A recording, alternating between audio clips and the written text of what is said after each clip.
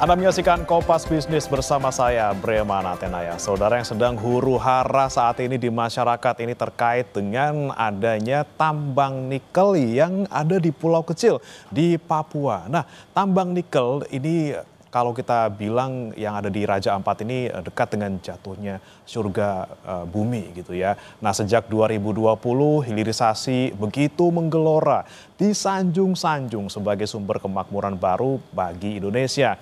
Nah, mobil listrik ini banyak mengaspal di penjuru dunia dan inilah yang menjadi titik mulai ataupun garis start nikel menjadi primadona karena punya manfaat sebagai salah satu bahan baku baterai. Nah, Tiongkok adalah salah satu penyuplai mobil listrik yang ada di dunia. Dan di Raja Ampat juga ini adalah salah satu yang menjadi sumber ataupun banyaknya nikel, potensi nikel yang ada di sana. Dan ini apakah benarkah nikel-nikel yang ada di Raja Ampat ini untuk Tiongkok? Kita akan lihat di slide berikutnya, saudara. Nah, yang jadi pertanyaan ini adalah sebenarnya hilirisasi atau nikelisasi terkait dengan adanya tambang nikel di Raja Ampat. Kami memakai data dari Kementerian Energi dan Sumber Daya Mineral atau ESDM. Nah, kalau kita lihat sebenarnya saudara, Indonesia itu punya cadangan nikel yang terbesar di dunia. Nah, dari cadangan nikel dunia 139,4 juta ton, Indonesia menyimpan cadangan nikel 72 ton, maksud kami 72 juta ton atau setara sekitar 52%. Nah, nikel ini banyak ditemukan di tanah Indonesia Timur, salah satunya di Papua.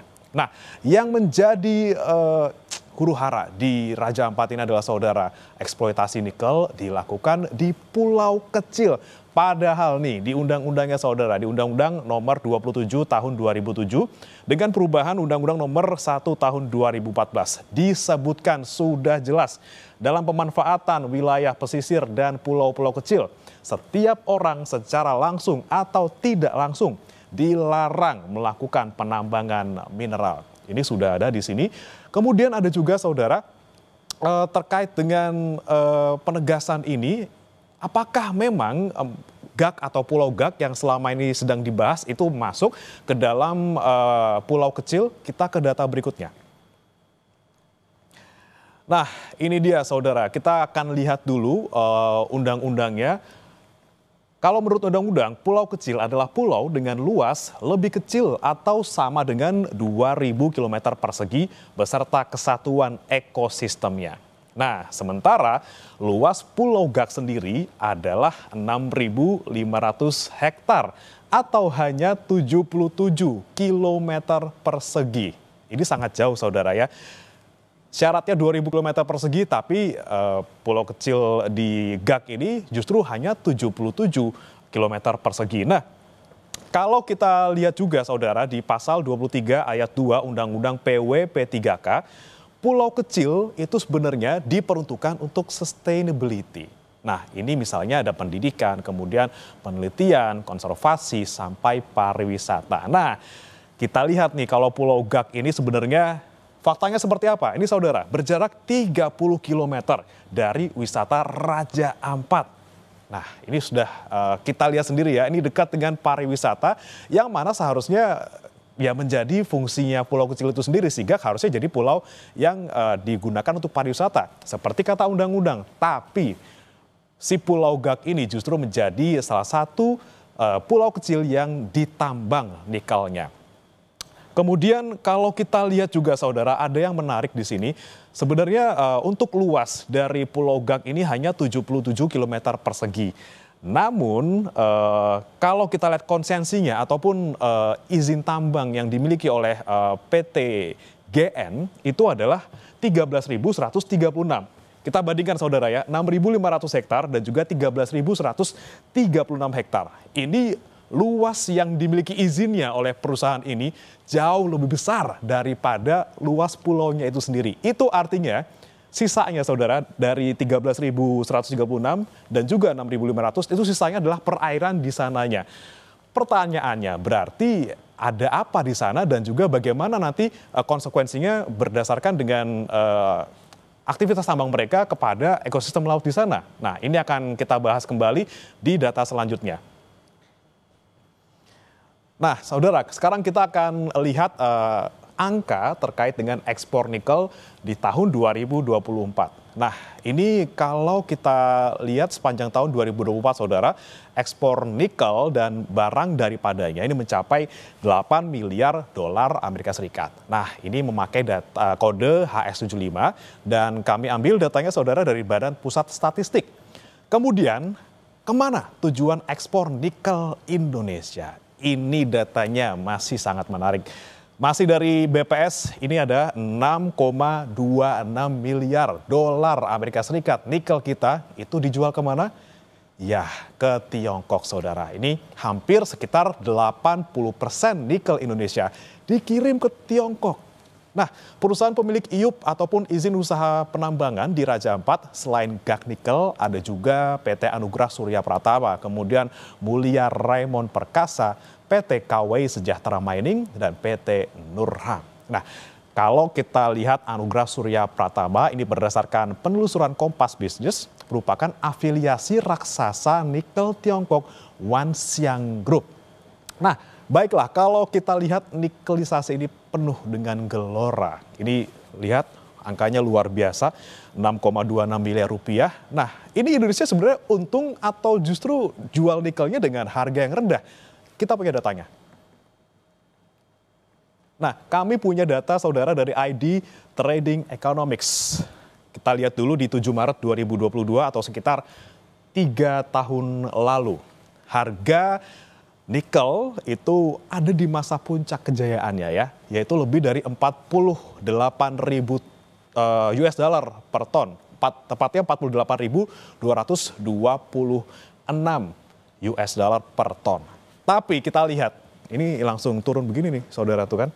Di tahun 2025, tepatnya di 9 Juni 2025, harganya dari 48 ribuan jadi 15 ribuan per ton saja. Nah, ini apakah bisa disimpulkan bahwa Indonesia menjual murah nikel ke Tiongkok dan dunia? Dan apakah harga nikel yang segini nih, saudara, sebanding dengan kerusakan alam yang harus dibayar di masa depan? Kami akan nanti tanyakan, saudara, langsung kepada ahli tambang setelah yang satu ini. Tetap di Kompas Bisnis.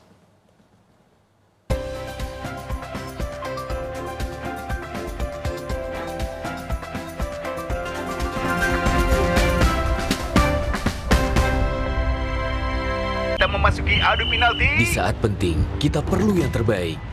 Aqua, 100% murni, alirkan kebaikan alami, dukung 100% performa. Aqua, 100% murni, pilihan timnas Indonesia. Kata food vlogger tentang mie sedap goreng ala Chef Devina. Ini rasanya itu beda, guys. Dia punya cita rasa sendiri. Mie-nya pepiran kenyal, tambah sama merah, sedapnya full of taste. Ada kremesan kriuk-kriuk, bikin makin mantap. Mie sedap goreng ala Chef Devina, sedapnya full of taste. Dari Wings Food. Baru Mama Lime Grade pencuci piring dari tumbuhan 100% food grade, inovasi baru Lion Jepang.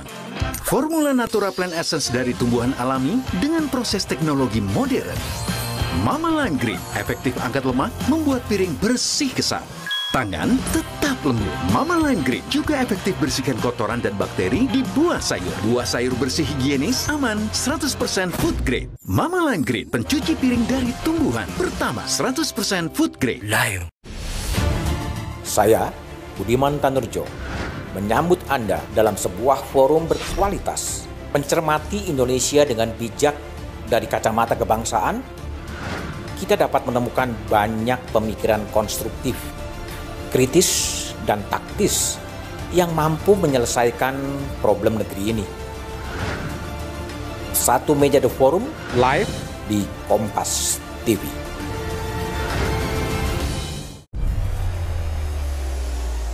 Mencari tahu, mendengarkan lebih utuh dan mendalam, mempertanyakan rasa keadilan.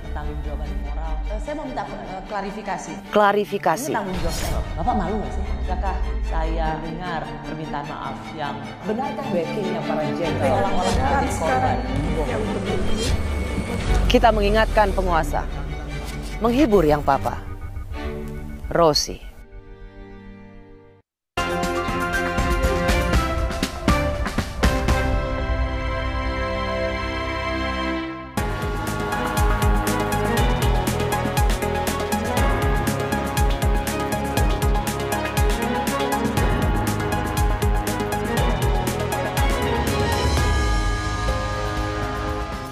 Anda kembali di Kompas Bisnis, Saudara. Aktivitas penambangan nikel di Pulau Gak, Kabupaten Raja Ampat masih dihentikan sementara hingga menunggu keputusan dari pemerintah pusat, dalam hal ini Kementerian SDM. Berdasarkan pantauan di area pertambangan nikel yang luasnya mencapai 600 hektar, terlihat sejumlah alat berat terparkir dan tidak melakukan aktivitas sejak 5 Juni 2025. Hal ini karena dihentikan sementara oleh Kementerian SDM. Perwakilan dari PT Gak Nikel bilang setelah melakukan penambangan, perusahaan akan melakukan penataan ulang hingga penanaman pohon kembali pada area pertambangan tersebut. Perusahaan menampung limbah pada satu area agar tidak terbuang ke lahan yang belum dibuka untuk pertambangan baru dan mencegah agar air tersebut tidak terbuang ke laut.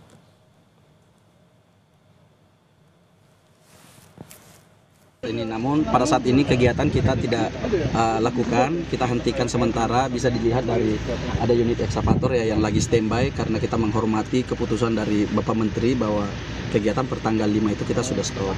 Nah, karena kegiatan kita stop sehingga tidak ada aktivitas yang di front saat ini. Seperti itu, Pak.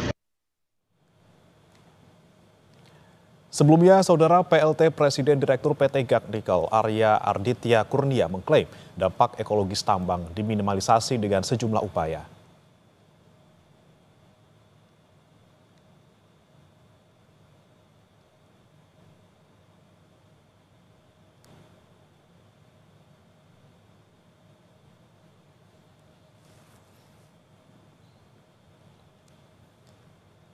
Melalui pesan yang tertulis, kemudian dikirimkan ke redaksi Kompas TV, Saudara, Arya bilang beroperasi di Raja Ampat, salah satu kawasan ekologis dunia, membuat Gak Nikel memprioritaskan upaya konservasi dan rehabilitasi lingkungan sebagai bagian dari operasional perusahaan.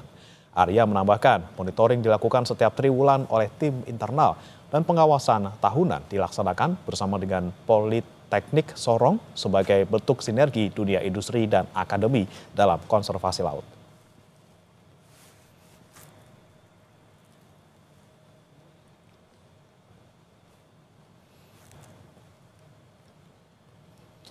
Saudara, tentang nikel di Raja Ampat ini untuk siapa dan umumnya di Indonesia ini mengalir kemana? Benarkah Indonesia menjual nikel dengan harga murah?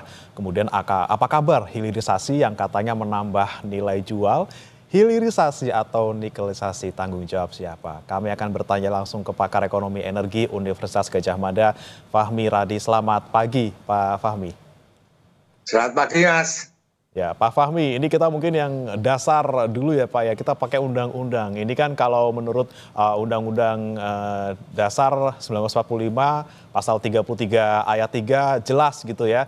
Bumi, air, dan kekayaan alam yang terkandung di dalamnya dikuasai oleh negara dan dipergunakan untuk kemakmuran rakyat. Nah, sudahkah tambang nikel yang ada di Indonesia ini memenuhi pasal tersebut? Oke, saya kira kita bisa belajar dari Morowali gitu ya. Itu tambang nikel dan kemudian ada smelter juga yang sebagian besar dari China. Nah, pegawai dari smelter tadi kebanyakan dari China juga. Artinya hanya sedikit rakyat sekitar yang kemudian bisa bekerja di smelter atau penambangan tadi. Dan ironisnya data juga menunjukkan bahwa di daerah Morowali itu tingkat kemiskinannya itu masih parah gitu ya. Pertumbuhan ekonominya tinggi, tetapi tingkat kemiskinannya parah. Itu suatu bukti bahwa kekayaan atau nikel tadi belum untuk kemakmuran sebesar-besarnya bagi rakyat gitu ya. Tapi kemakmuran bagi pengusaha khususnya dari China itu, Mas. Nah, kalau itu terjadi gitu ya, maka saya perkirakan di Raja Ampat pun juga akan terulang hal semacam itu. Oke, takutnya ini bakal terulang, terutama ini juga kalau kita lihat Pulau Gak ini salah satu yang ditambang adalah pulau yang kecil, yang kalau dari undang-undang ini sebenarnya tidak boleh ya Pak ya, di Undang-Undang Nomor 1 tahun 2014 ini tidak boleh, kemudian termasuk juga ini kan kawasan hutan lindung yang diatur juga di Undang-Undang Nomor 41 tahun 1999. Ini kan sudah jelas tidak boleh ditambang. Pertama karena dia pulau kecil, kemudian kedua dia masuk ke kawasan hutan lindung, tapi dia tetap dalam tanda kutip ini mendapatkan izin gitu ya untuk menambang secara legal. Mereka punya pembelaan bahwa mereka ini sudah memiliki kontrak karya sejak 1998. Ini sebelum Undang-Undang Nomor 41 Tahun 99 atau 1 tahun sebelumnya. Apakah ini bisa dijadikan dasar bagi mereka tetap legal untuk beroperasi? Saya kira mestinya dasar hukum yang digunakan adalah undang-undang yang terbaru itu ya. Kalau undang-undang terbaru nomor 1 2014 tidak mengizinkan, maka mestinya itu ada perlu dievaluasi gitu ya. Bahkan pemerintah itu bisa membatalkan izin tadi. Tetapi tampaknya tetap juga diberikan izin tadi dan kemudian beroperasi tadi. Nah, saya menduga gitu ya, ada semacam konspirasi gitu ya antara pengambil keputusan tadi, dalam hal ini adalah pemerintah pusat dengan pengusaha yang mendapat izin tadi, karena itu sudah sangat jelas dasarnya gitu ya. Dan pertaruhan yang diberikan untuk tambang Raja Ampat ini saya kira sangat terlalu riskan gitu ya, karena tadi di situ ada fauna flora langka, kemudian ada juga hutan lindung dan sebagainya. Nah, ini kalau penambangan tadi diizinkan itu secara pasti gitu ya, itu pasti akan merusak lingkungan tadi.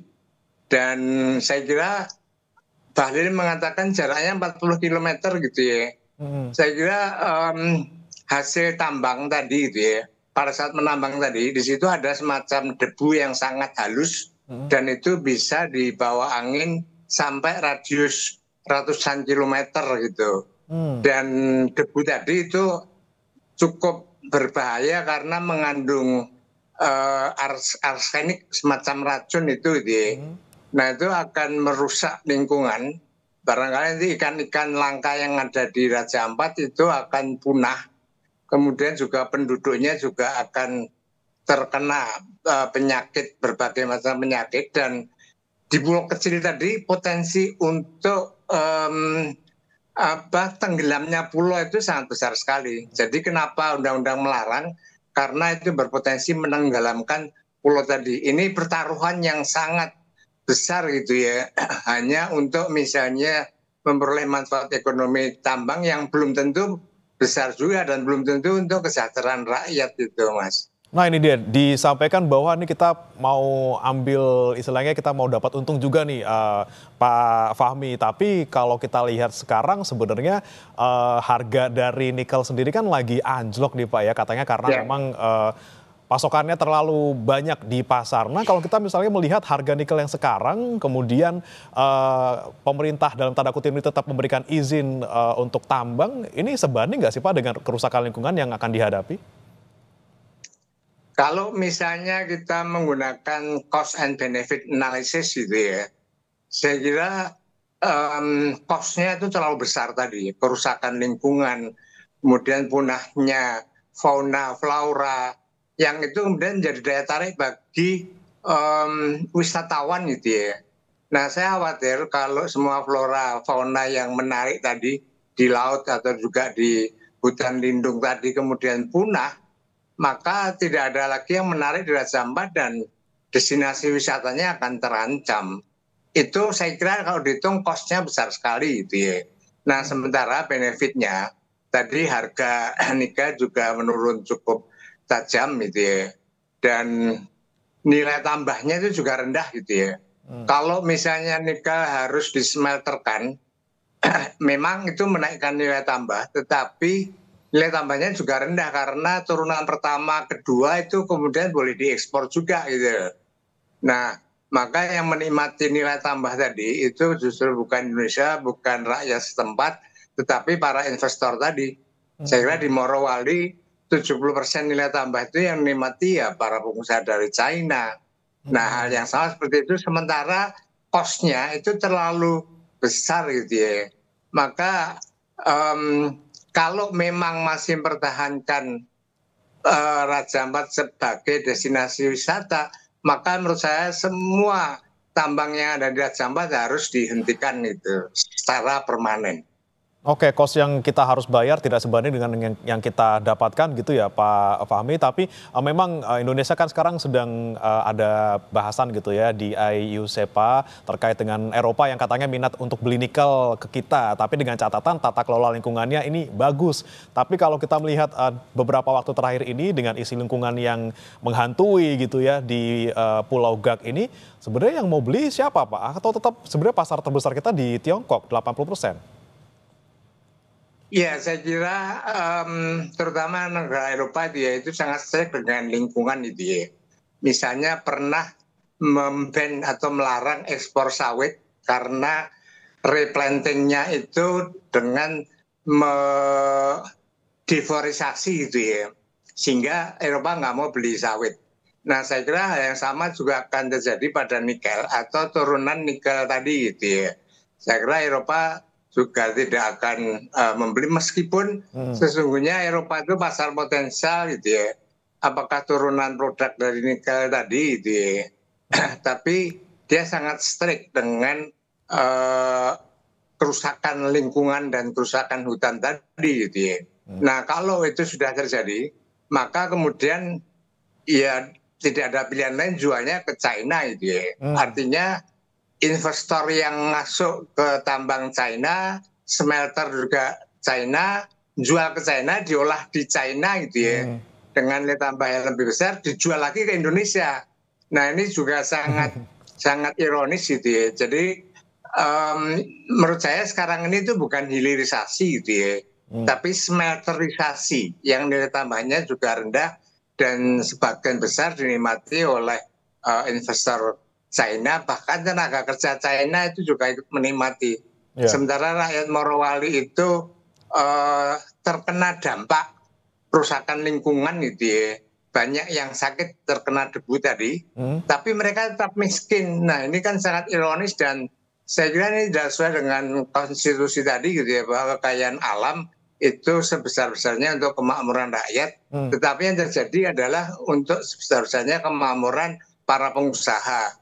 Itu seperti itu, Mas. Untuk sebesar-besarnya kemakmuran pengusaha, menarik. Tapi Pak Fahmi, sekali lagi nih kan kalau kita lihat perusahaan stainless steel Tsingshan ini stop produksi di bulan Mei 2025 ini. Kemudian JNI ini juga sedang ada masalah keuangan. Nah, kalau Anda melihat kondisi pernikelan ini sedang tidak baik-baik saja, bisa nggak ini jadi momentum yang tepat untuk pemerintah kasih moratorium untuk izin tambang nikel di Indonesia? Nah, saya kira yang paling mendesak yang di moratorium itu ya di Raja Ampat dulu itu ya.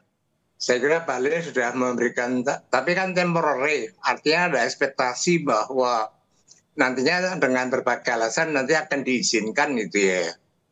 Nah, kenapa Raja Ampat? Karena pertaruhannya terlalu besar gitu ya. Cost-nya itu terlalu besar gitu ya. Nah, kita memang belum menghitung gitu ya, tetapi kalau kita belajar dari PT Timah yang kerugiannya 300 triliun, itu 90% itu tuh biaya kerusakan lingkungan. Nah, hal sama itu pasti terjadi juga di Raja Ampat gitu ya. Nah, di luar Raja Ampat, maka barangkali tambang nikel, smelter yang ada itu perlu ada pengawasan yang ketat gitu ya. Kemudian harus juga ada reklamasi, kemudian juga ada untuk melindungi masyarakat sekitar dan sebagainya itu ya. Artinya manajemen untuk lingkungan hidup itu harus benar diperhatikan ini. Tapi khusus untuk Raja Ampat menurut saya harus ditutup karena resikonya terlalu besar itu. Oke, harus ditutup karena resiko terlalu besar, kosnya tidak sebanding, kerusakan lingkungan pertama, kedua juga nikel kita dijual dengan harga yang sedang anjlok-anjloknya, begitu ya Pak ya. Baik, terima kasih Pak Fahmi Radi, pakar ekonomi energi Universitas Gadjah Mada sudah bergabung bersama kami di Kompas Bisnis. Selamat pagi Pak.